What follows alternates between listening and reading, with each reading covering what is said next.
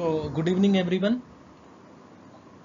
तो एक common doubt आ रहा था ना स्टूडेंट्स का। देखो मेरे पास बहुत से लोग स्टूडेंट पूछ रहे थे, सर एपीजीटी 2022 एग्जाम में हमारा सिलेक्शन होगा या नहीं, या फिर कितनी रैंक आ जाएगी। और बहुत से डाउट थे रिलेटेड, स्टडी से रिलेटेड, सर क्या करें, है ना। तो मैं फिर से वही बात बताऊंगा। मैं फिर से बता रहा था जो भी पहले मैंने चीज़ें बोली थी, कि जो भी आपको चांस मिला है अभी एपीजीटी देने का, उसको बिल्कुल भी मिस नहीं करना है। क्योंकि कुछ स्टूडेंट बोल रहे थे, सर हमारा इंटेंसिव था, पढ़ाई कम हुई है। तो अभी अपने आप को पहले से जज बिल्कुल मत करो, ठीक है। क्योंकि एक लंबी रेस है ये, और जो भी अच्छे से फिनिश करता है ये पीजीडी को वही जीतता है। जरूरी नहीं है कि मतलब जो लोग पढ़ते आ रहे हैं वही टॉप करेंगे। फिर से बता देता हूँ मैं, जो लास्ट दिन अच्छे से परफॉर्म करेगा वही जाके मतलब डिफरेंस लाएगा। तो ये मत सोचो कि सर मेरी पढ़ाई कम है और सिलेक्शन नहीं होगा।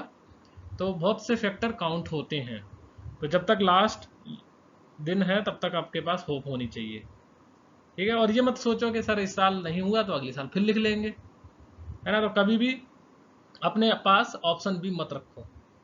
अगर ऑप्शन बी के ऊपर आप डिपेंड हो ना, तो फिर समझ लो फिर स्टडी एकदम से दूसरी डायरेक्शन में चलने लगती है। ओके, तो अब इंडिया का भी एशिया कप आपने देखा ही होगा ना।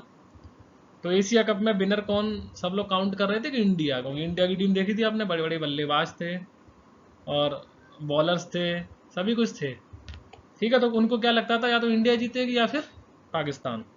और जीता कौन एशिया कप, याद है ना, श्रीलंका, जिसके 0% चांस थे। तो ये डिपेंड नहीं करता है, मैंने फिर से बोला था कि तैयारी आपकी अच्छी है एकदम से, तो कभी भी आप किसी को भी चेकमेट वहां पर कर सकते हो। तो वो लास्ट दिन आपका डिसाइड करेगा कि आपने जो एग्जाम के 2 घंटे हैं उनमें आपने कैसे यूटिलाइज किया है। तो ये मत सोचो कि नहीं होगा सिलेक्शन। तो अंतिम दिन भी कभी कभी, है ना, चेंज ला सकता है। और एक और इम्पोर्टेंट मैं बता देता हूँ, देखो अब बहुत कम दिन बचे हैं, अभी मात्र 20 दिन बचे हुए हैं। और उसमें मत सोचो यार कि मेरे तो नेगेटिव कम हो रहे हैं। बहुत से स्टूडेंट यही सोचते रहते हैं हर समय, मुझे तो ये भी याद नहीं हो रहा है, उसके मार्क्स ज़्यादा आ रहे हैं, मेरे मॉक टेस्ट में कम आ रहे हैं, और मुझे टाइम नहीं मिल रहा है। मतलब यही सोचने में टाइम लगा रहा है, मेरा रिवीजन 2 ही बार हो पाएगा, मेरा रिवीजन 1 ही बार हो पा रहा है। अरे करना तो स्टार्ट करो, है ना। वही कहानी है ना अर्जुन वाली।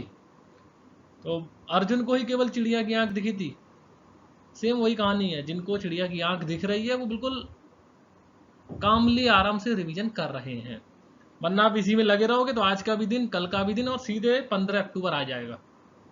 तो हमारे हाथ में नहीं है कि कितनी बार हम रिवीजन कर सके, लेकिन प्लानिंग हम लोग कर सकते हैं। प्लानिंग और उसके ऊपर फॉलो करना वो हम लोग सिस्टमेटिकली कर सकते हैं। तो उसको आप करते रहिए बस, ठीक है। अपना 100% आप दीजिए। बिल्कुल ये मत सोचिए कि यार ये भी नहीं होगा, वो भी कर लूँ, ये भी कर लूँ। जितना कैपेसिटी है उसमें आप 100% अपना दीजिए। रिवीजन करते रहिए। आपके पास बिल्कुल समय नहीं है सोचने का कि मेरे पास टाइम नहीं है, निगेटिव करूँ, ये करूँ, वो करूँ, है ना। बिल्कुल ये सब जो भी चीज़ें हैं उनको निकाल दीजिए एकदम लक्ष्य पे। चिड़िया की आंख दिखनी चाहिए आपको एबीसीडी 2022, क्योंकि ये आपके लिए बहुत इंपॉर्टेंट है। ओके, तो अभी भी बिल्कुल भी जो होप है उसको छोड़ना नहीं है कि मेरे पास टाइम कम है, ये सब, ठीक है। तो रेस हमेशा जो जीतता है वो फिनिश अच्छे से करता है, याद रखना। अगर आप पहले से रेस में दौड़ते आ रहे हैं और लेकिन आपने फिनिशिंग लाइन पे जाके पीछे देखने लगे मुड़ के कि और लोग क्या कर रहे हैं, ये वो क्या कर रहे हैं, तो हो सकता है आपसे लोग आगे निकल जाएं। तो लास्ट टाइम पे जो रेस में हमेशा क्या करना चाहिए, तेज दौड़ना चाहिए। मैं फिर से बताया था ना, फिनिशिंग लाइन के पास पहुंचने से समय अपनी पूरी आपको ताकत लगा देनी है, जितने आपके पास हो सकता है उतना ट्राई करना है, ठीक है। तो ध्यान से आपको ये सब चीज़ों को फॉलो करना है।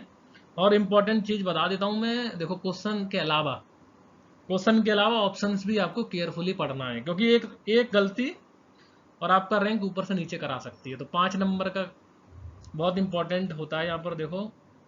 तो 4 नंबर क्वेश्चन का और -1 नेगेटिव का आपका जा सकता है। तो क्वेश्चंस के अलावा ऑप्शंस भी आपको बहुत तरीके से पढ़ना है, ठीक है। और इसके अलावा देखो कोई भी ऐसी मंजिल नहीं है जहाँ पर पहुँचने का कोई रास्ता नहीं होता है। तो ये मत सोचिए कि सर नहीं होगा सिलेक्शन, होगा कैसे नहीं, है ना। होगा कैसे नहीं, और सिलेक्शन होगा। और चरक सूत्र 25 की मेरी कोटेशन है, फेवरेट असमर्थता भय करा नाम, याद रखना। भय कब होता है, जब आप इनकेपेबल हो। तो मैंने क्या किया था, आगे का आ हटा दिया था, समर्थता अब है करा नाम, रिमेंबर, हमेशा याद रखना इसको, ठीक है। तो हमेशा ये होप रखो यार, होगा कैसे नहीं, मैं करूंगा। दूसरे के साथ कंपेयर करोगे एकदम डिप्रेशन में आप चले जाओगे। तो एबीजीडी 2022 में आपका सिलेक्शन पक्का है बिल्कुल, ठीक है, बिल्कुल टेंशन मत लीजिए।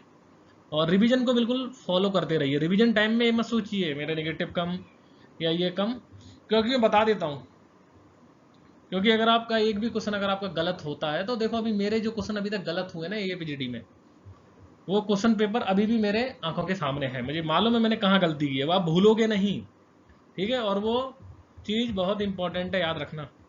तो अगर आप अभी से गलती को कंट्रोल कर लोगे तो आप अच्छे से अच्छी रैंक प्राप्त करेंगे। याद रखना, कोई भी चांस आपको मिस नहीं करना है, और होप बिल्कुल नहीं छोड़नी है, सिलेक्शन होना है और होके रहेगा, ठीक है, कॉन्फिडेंट रखिए।